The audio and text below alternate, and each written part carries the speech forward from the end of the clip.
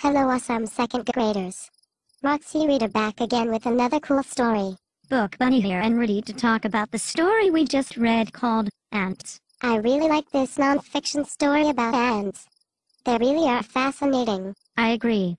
I had no idea that ants were so interesting.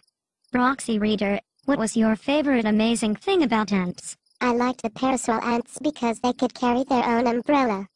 This would be great in the rain. This is nature's equivalent to a small berserk lumberjack with a turbo-powered chainsaw. It's a leaf-cutter ant, and no leaf in the canopy is too big for its saw-toothed mandibles. It's not just leaves, of course. With their jaws vibrating 1,000 times per second, leaf-cutter ants will happily slice, dice, and julienne flowers as well. If it grows and can be carried back to the nest, it's fair game. And as you can see, size is no object to these micro-musclemen. Their job is to strip the tree and cart it back to the nest. And they do this with frightening efficiency. The path back to the nest becomes a veritable ant superhighway, and woe be any insect getting in the way of these infinitesimal beasts of burden. This forager crew takes all the foliage back to the nest, and then heads out for another payload. Once inside, caretaker ants turn the leaves into a garden of fungus, which becomes ant food. What was your favorite part of this non-fiction story about ants, Book Bunny? The thing that I found most interesting about ants is that they build ant hills by digging out their tunnels.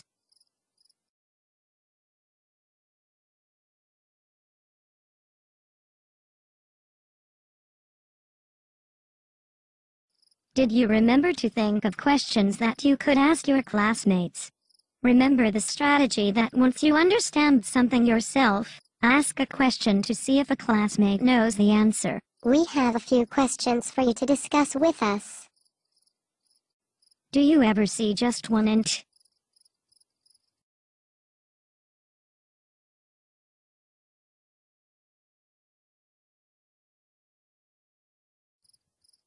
Well, usually you don't see just one ant because they always work together in a team.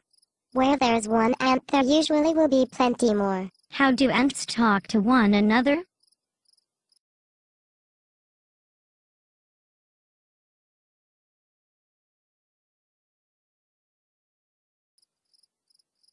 They use their antennae to talk to one another by rubbing them together.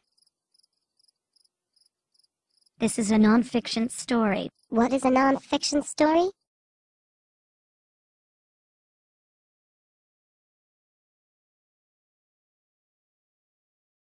Non-fiction means that the story is true.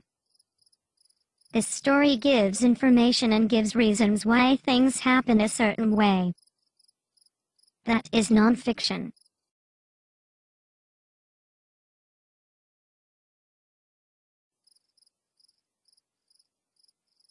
Some jobs are too big for just one ant.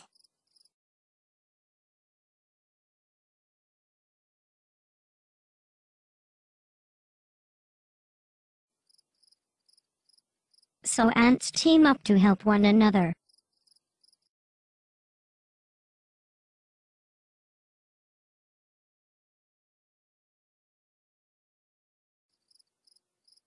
Carpenter ants chew their tunnels inside logs.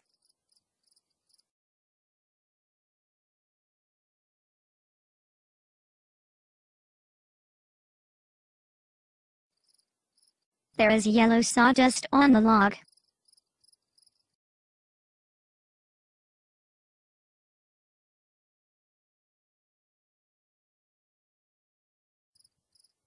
Worker ants take care of the queen and her eggs and bring food to the colony.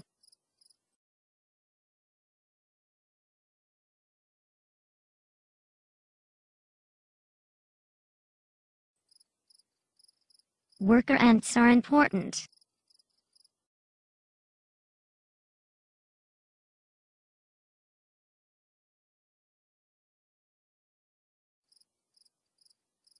Ants hold on to one another's legs to make a bridge.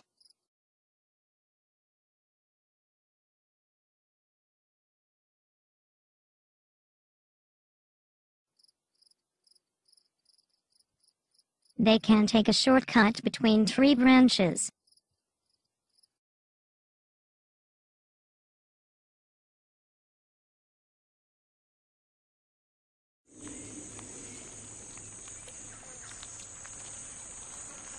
Creatures that were once living on the forest floor now need to find other ways of getting around during the flood. The busy life of a fire ant colony has to carry on regardless.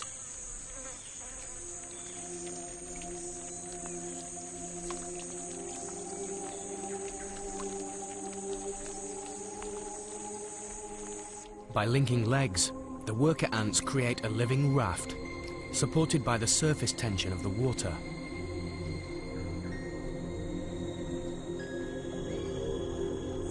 Free now to move through the forest, these vicious stingers make the most of the flood.